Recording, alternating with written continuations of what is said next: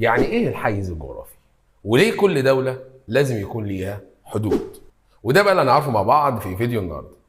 الحيز الجغرافي هو الرقعة المحددة اللي الدولة بتمارس عليها سيادتها، وبتشمل بقى يا سيدي اليابس، المية الإقليمية، والمجال الجوي.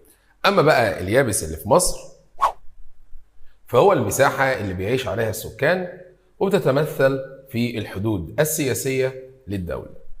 تعال بقى ننتقل مع بعض يا صديقي لأهم حدود مصر.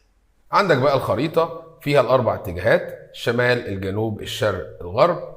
أولا الاتجاه اللي هو الشمالي عندك ساحل البحر المتوسط. أما بالنسبة للجنوب عندك دائرة عرض 22 شمالا، ديت اللي تم رسمها سنة 1899، والتاريخ ده مرتبط بانفصال مصر عن السودان، لان طبعا في الاصل مصر والسودان كانوا حته واحده. طبعا الاحتلال البريطاني جه سنه 1899 وفصل مصر عن السودان. نروح بقى للاتجاه اللي هو الشرقي.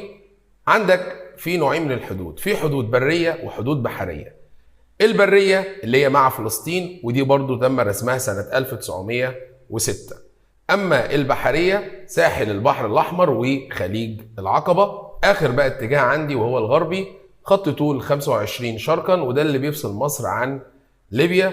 ويبقى كده خلصنا اليابس. ننتقل بقى للمياه الاقليميه. المياه الاقليميه هي المساحات البحريه التي تمتد لمسافه 12 ميل بحري من خط الاساسي للساحل. خلي بالك المسافه بتاعت ال 12 ميل هي مسافة متحددة قانونيا. في دول تانية ما شاء الله أقوى فبتقدر تاخد أكثر من 12 ميل. وخلي بالك احنا بنتكلم عن الميل البحري، لأن خلي بالك في ميل بحري وفي ميل بري. الميل البحري حوالي 1.8 كيلو، أما الميل البري 1.6 كيلو. هنعرف بقى ازاي مصر ليها كام كيلو. هتضرب ال1.8 في ال 12 ميل، والرقم اللي يطلع هو ده عدد الكيلوات. طبعا انا مش هقول لك عشان انت تفتح الموبايل بتاعك وتبدا ان انت تحسبها.